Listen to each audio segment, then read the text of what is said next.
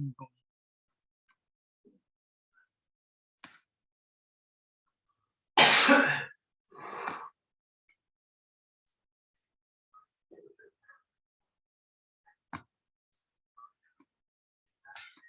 Okay, for today, we're going to look at,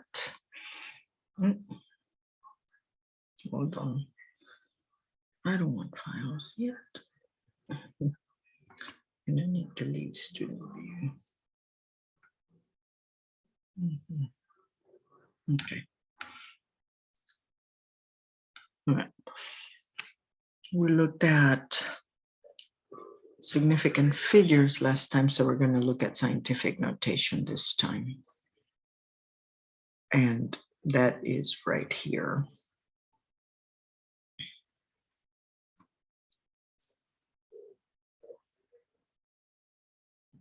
I have a question. Yes, ma'am.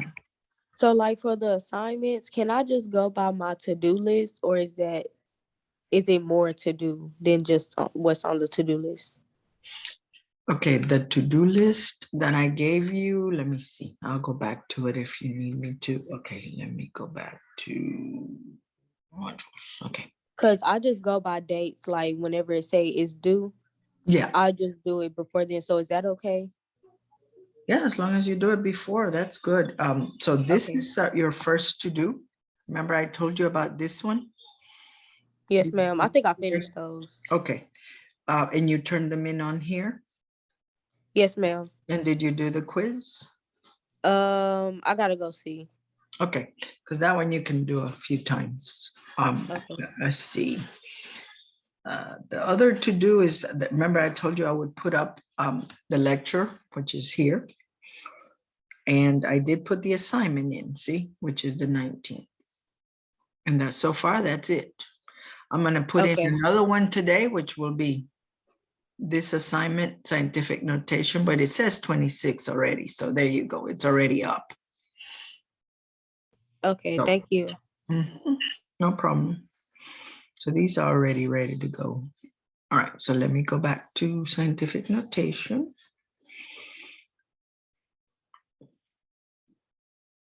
So I always share my PowerPoints with you guys so that you can look at them, you know, it's not a problem for me. And also it helps me not to have to go looking for them since they're already right here.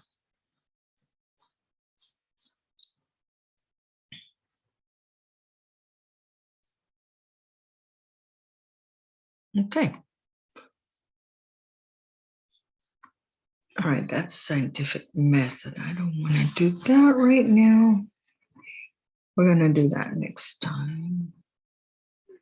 Okay.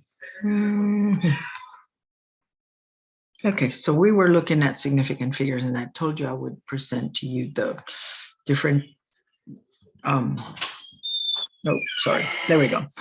The different rules in case you didn't, you know, some people like the rules. I don't know why, but they do. So this is our first rule right here, is the non-zero integers. You always count them as a significant figure. So if it's not a zero, count it, basically is what it's saying. So in this case, this one has 4 sig figs, right? Because it has no zero integers at all. Right, the next rule is all the zeros. There's several rules for zeros. The first one is called a leading zero. They never count. So if they're in front of the number, they don't count. So in this case, 0.0486 has only 3 sig figs. The next zero rule is known as the captive zero. That means they're in between two non-zero digits, and they always count. So in this case, 16.07 has 4 sig figs. And then there's the last one, which has 2 actually. You know, if you think about it, because it's trailing zeros, they're significant, but only if you have a decimal point. So in this case, this one has 4 sig figs. But if it had no decimal place, it would only have 2. You see that? So if it was 9,300, then it would only have 2. Okay. And then there's the talk about exact numbers. So exact numbers have an infinite number of significant figures. So whenever you're doing a conversion, those numbers are exact. Therefore, you do not count them as significant figures at all. This is another exact number. 1 inch is equal to 2.54 centimeters, and this is an equality or a conversion factor. And so 2.54 has an infinite number. All right, so let's look at this one. And I would like for you to answer, even if it's through the chat, that's fine. Okay, so let's look at, I'm gonna move the chat over so I can see. Okay, the first one has how many? What are you doing? Is it 5? Yes, that is correct. Next one. 4? Yes. This one.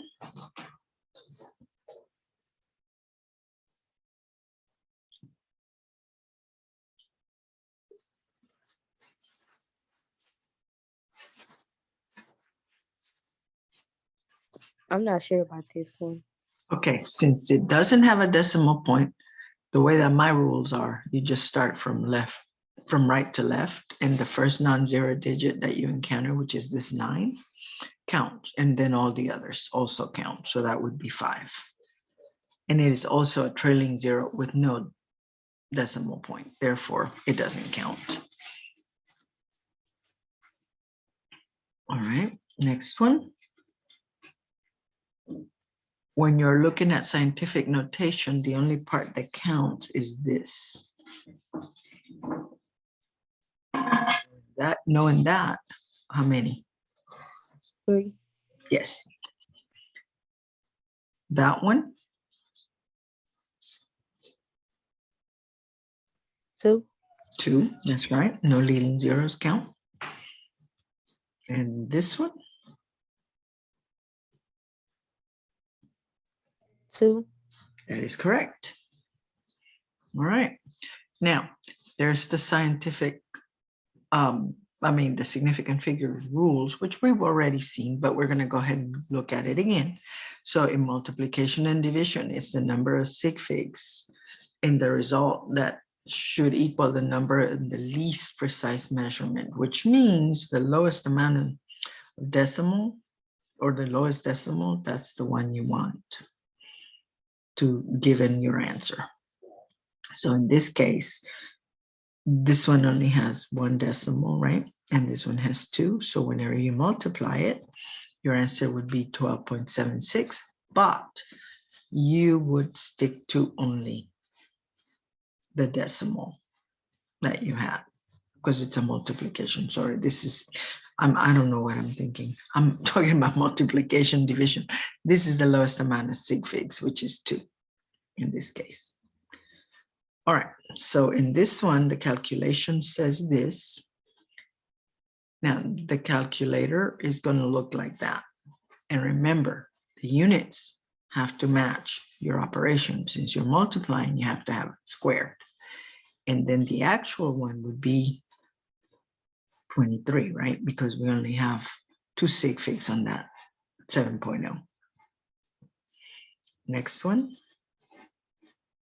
That's what what would the units be?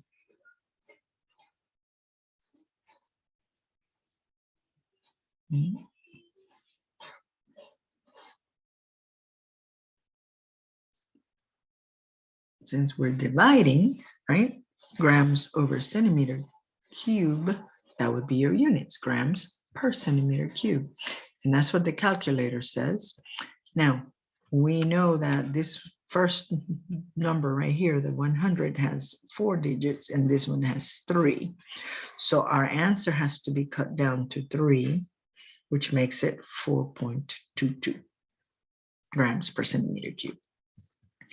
In this one, the calculator will say that your answer will be this, but what is your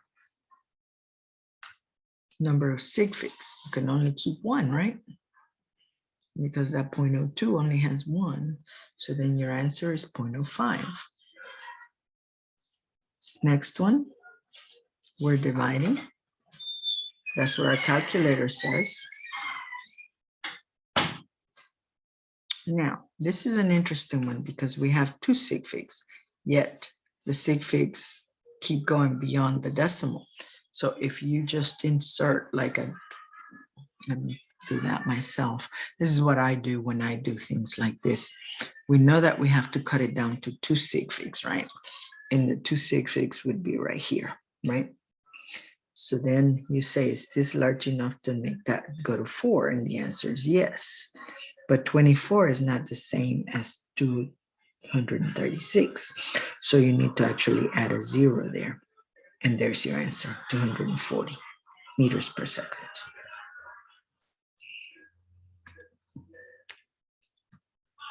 See? Because you have to cut it off at 2 sig figs. So then you have to round. All right, let me clear all these drawings. All right, let's keep going. All right, this one is pounds feet. And the calculator would be saying that. But you have to cut it down to 3 sig figs, right? Which make it right here between the 7 and the 2. And that 2 is not large enough to make that one go higher. So it's 5870. Because you do have to keep the place. All right. The decimal place, I mean. This is a division, grams per milliliter. You get that answer. You can only keep 3 sig figs. So the answer is 2.96. Next one is your rules, which is the one I was quoting. I'm sorry. I was not reading myself. This is addition and subtraction. Now, in this case, the number of decimal places in the result equals the number of decimal places in the least precise measurement, meaning the decimals is what matters in this case. So when you are adding these two, your addition will say this, right? But here we only have 1 decimal. So you would have to once again bring up your pen and put it right there and then say that's not large enough to make that go to 8, therefore it's 18.7. You notice in this case, the sig figs don't matter, but they're given to you here so that you realize that they really don't. It is the decimals that matter. And there's only 1 on this one and there's 3 on this one. So we go with the lowest, which is 6.8. And that would make it 18.7. Right, let's clear that. And keep going.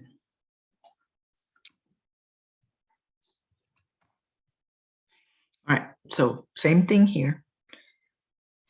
We are adding, this is your addition. What would be your answer? Okay, in this one, I would like for you to participate in thinking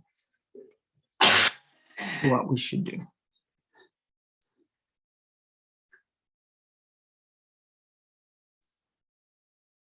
So since the 7.0 only, does the 0 not count? Yeah, no, that one counts. Okay. So since it's only 1, it would be a line between the 2 and the 4? Yes, correct. And then the answer would be what? 10.2. That is correct. All right, this one's a subtraction. Here's your answer. What would be the answer with sig figs? Well, look at both numbers and tell me. It will be a line between the 2 and the 7. Uh-huh. So the answer is 76.2. 3. 3 Oh, because okay, I see. The that 7 7 means is the 2 large, word. right? Large enough to make that go to 3. Yes. Okay, good. All right, next one. That's your answer. So what would the sig fig answer be? 2.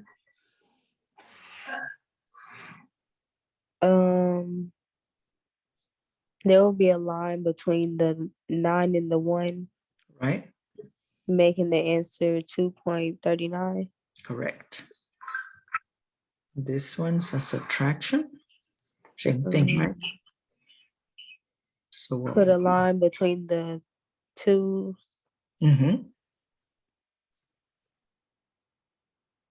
and the answer would be 709.2. correct. Here's another one.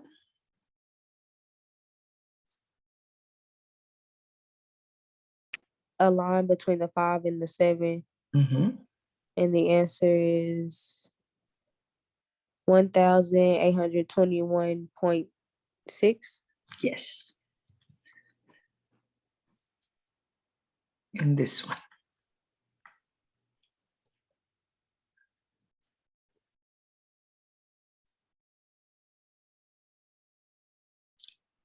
Since it's 3, do I add a 0? Yes, very good. Most people don't realize that, but yes, that is good. Excellent. There you go. You add a 0 because it needs it. It has to have at least that many, right? And since we only ended up with 2, we have to add that third one. All right, good. Now, let's look at scientific notation. So sometimes you have very large numbers. That's a huge number, as you can see. That is 1 mole. And sometimes you have very small numbers, such as this one, just the mass of an electron. Can you imagine if we wanted to know how much a mole of electrons weigh? That would be this.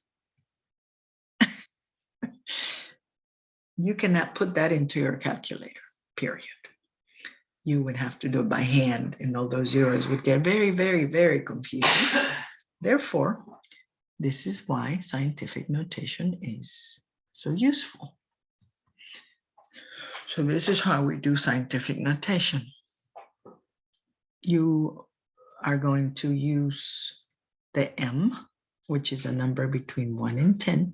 And I actually use a better way of saying it, which is the M. The M is actually whatever it is between 1 and 9 if you have a decimal, and you usually do, right? So it has to be 1 and 9. So it cannot be greater than 9 if in front of the decimal. So basically you could have 9.9999999. That's okay, right? But you cannot have 10. Okay? Because the decimal has to be between whatever numbers in front of the decimal has to be between 1 and 9. Okay? All right, let's clear that. And then the N is the integer, and this is how we work it. Let me show you. Okay, this is our first one. So this number, there are some steps. First step is to, since it doesn't have a decimal point, insert an understood decimal point, which would be at the end.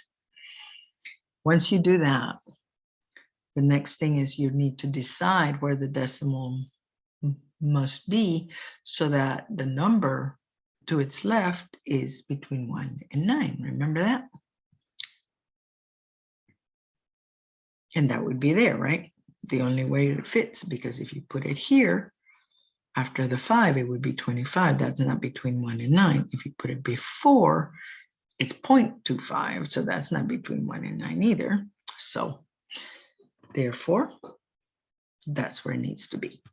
Number 3, you now count how many places you're going to bounce the decimal point to where you pointed that it needs to go. So you got 1, 2, 3, 4, 5, 6, 7, 8, 9.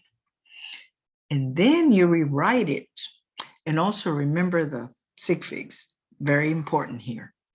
This number only has 2, right? Because it's had no decimal point. Therefore, only the integers count. So here, rewrite it in that form. How do we do that? This is how.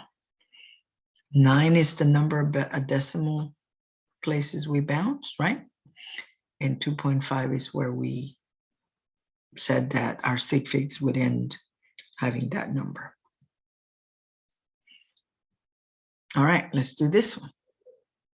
Okay, same thing. That first number. This one you do not insert a pre-understood decimal point because it's already there.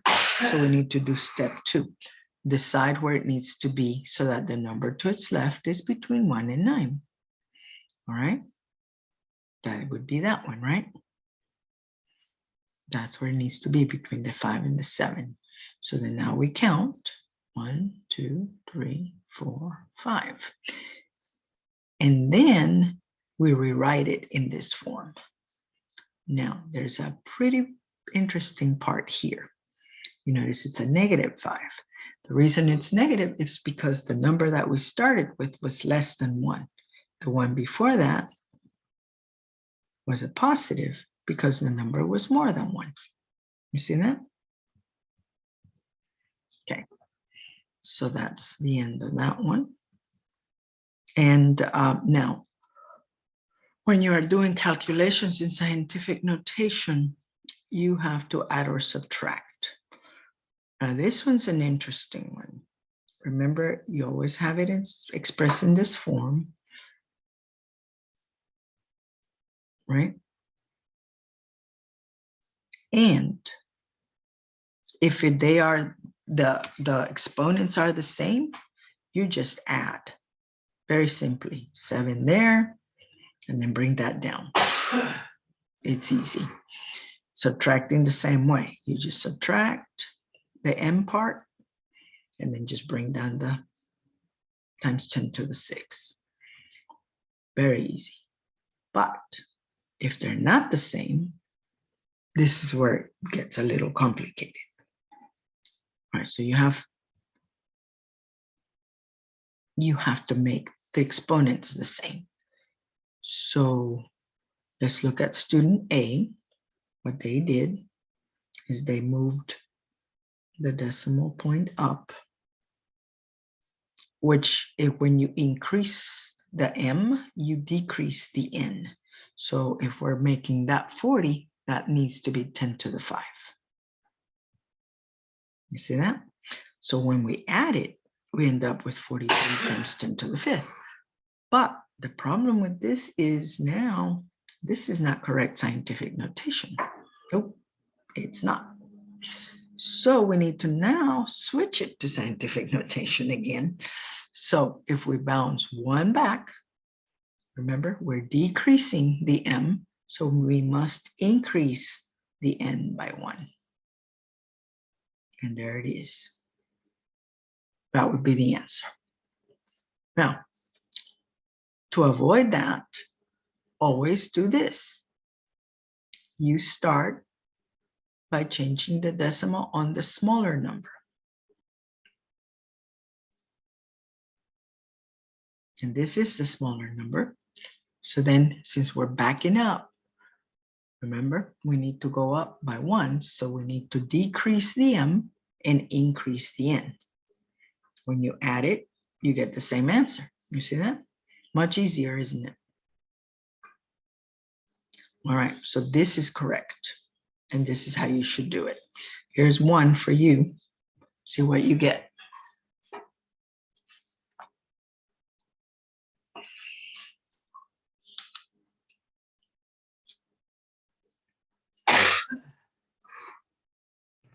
On the bottom one, do I move the decimal to the other side of the 3?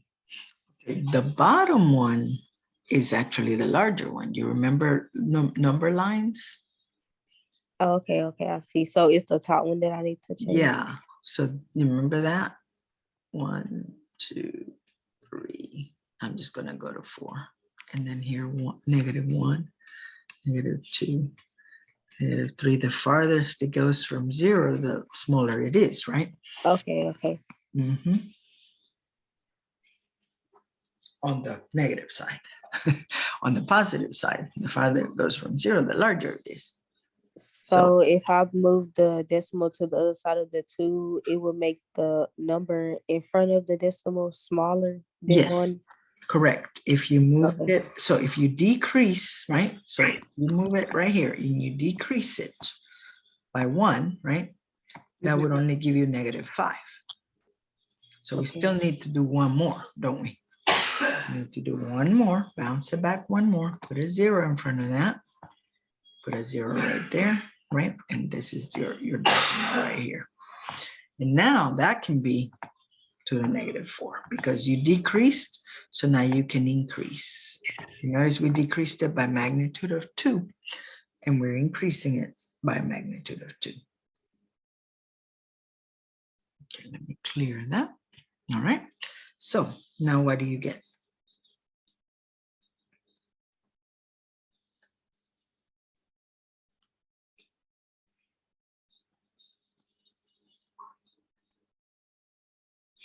And don't forget sig figs.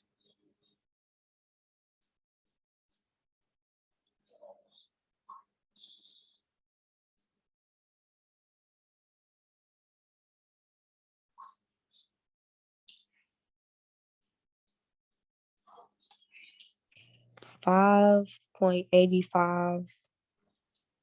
No, because the 2 was moved. You're adding it, right? The decimal.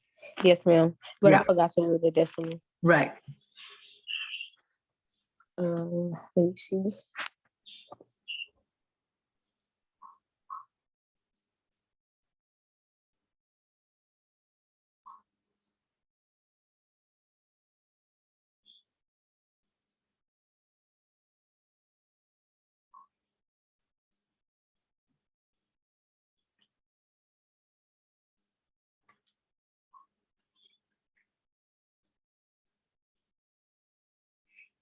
Is it 3.507?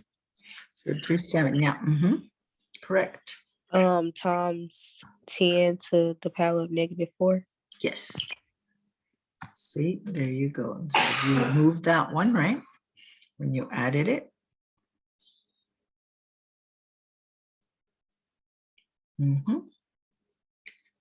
Once you added it, there you go. Now, sig fig wise, we would have to stay with, since we are adding, right? 2 decimals, because that's how many we have, the lowest.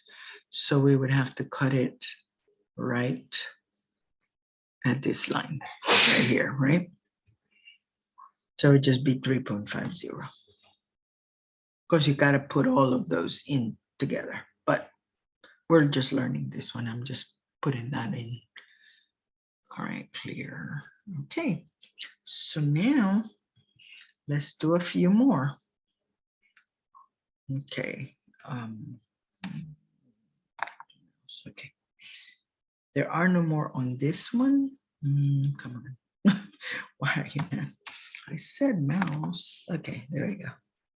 There are no more on this one. No, there are no more on this one. So I'm gonna come up with some myself. Let me see here. We're just, oops, no, that's not what I meant to do. I meant to share something else is what I need to do. I need to share the screen, the new share, the board. That way we can write. Okay. So let's say that we had 2.63 times 10 to the 5, and we wanted to add it to 3.57 times 10 to the 3rd. Okay. What would you do?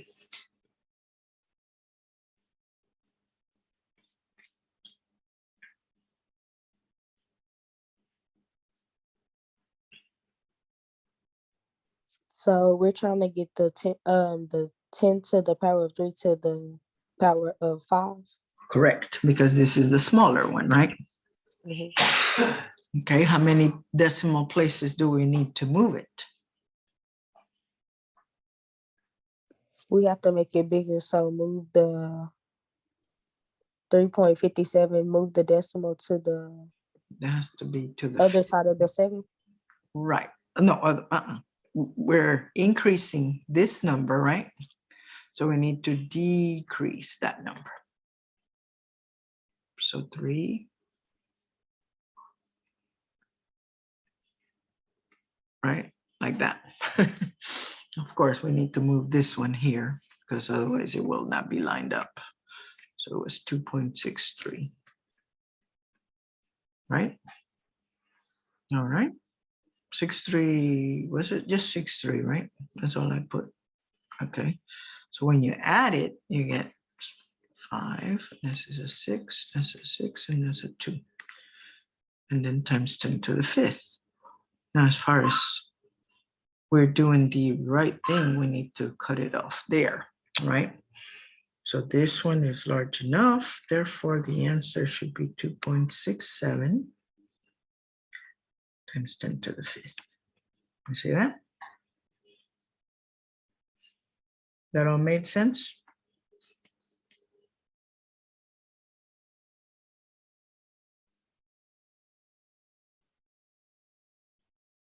Okay, I was thinking that we made the 3.57 bigger, but No, because remember, just remember, if this has to increase, right? Then this has to decrease. That's how it works. So okay. if we had, if we had to the 7th, right, in here, right, then this one would have had to move up, move down again. It doesn't matter. It's always the lowest one needs to move. All right, now let's go to another one. Let's see. Let's do a negative one. All right, let's do 4.15 times 10 to the negative 3. Let's do a subtraction on top of that. Minus, let's do 7.68. There we go. Times 10 to the negative 1. Okay. Obviously, oops. No, that needs to be not 1. Because the largest one has to be subtracting the top. Otherwise, it's going to be a negative number, and I don't want a negative number right now.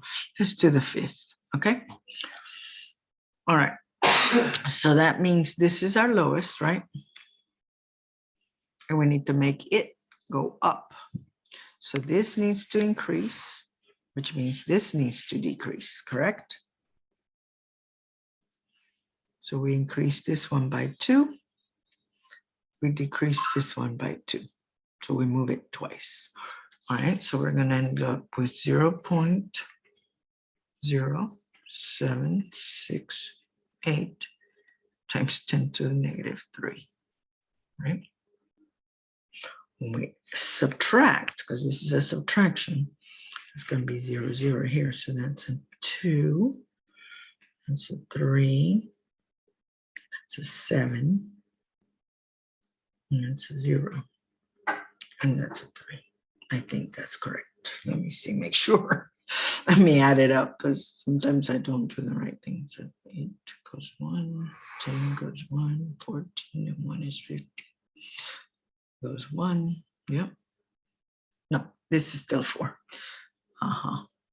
I did 1 too many lower ones. Okay, there we go. And that would be times 10 to the negative 3.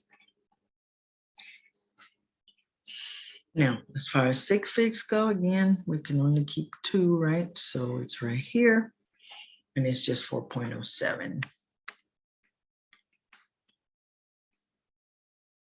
times 10 to the negative 3. All right. So far, we're good. So you see how it doesn't matter which way you're going. You add 2, you subtract. Well, not subtract, but you make this lower by 2. Okay. Mhm. All right, let's do one that's mixed. We haven't had one of those.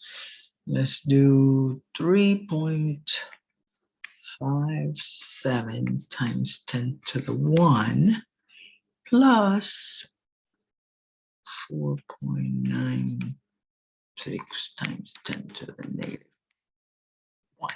See that? This is still the smallest, right? If you were to look at a number line, you gotta go here. So you gotta move it 1, 2, right? So we add 2 to this one.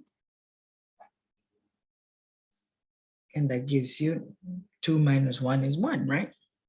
So that's good. And that means we need to move this one back 1, 2. So then when you add it here, you need to put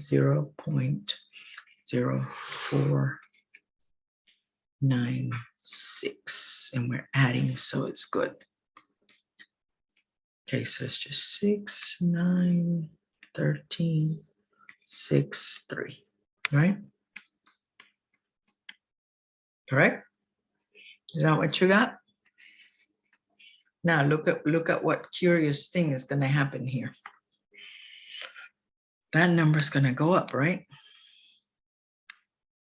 Because it needs to go up to 3.64. And there you go. To put it all in perspective, you got to do the, the right suffix. All right. So good. Yes, ma'am. Okay. Good. We're not going to start with the multiplication division today because, it's a little too much and we only have like a few minutes and I have somewhere I need to be today. So we are not going to have a homework today because we didn't finish, but we're going to have one next time. Okay. Yes, ma'am. All righty. Well, you have a wonderful weekend and thank You you too. for being here. Yes, And I'll ma'am. mark you present right now. Thank you. You're welcome. Bye-bye.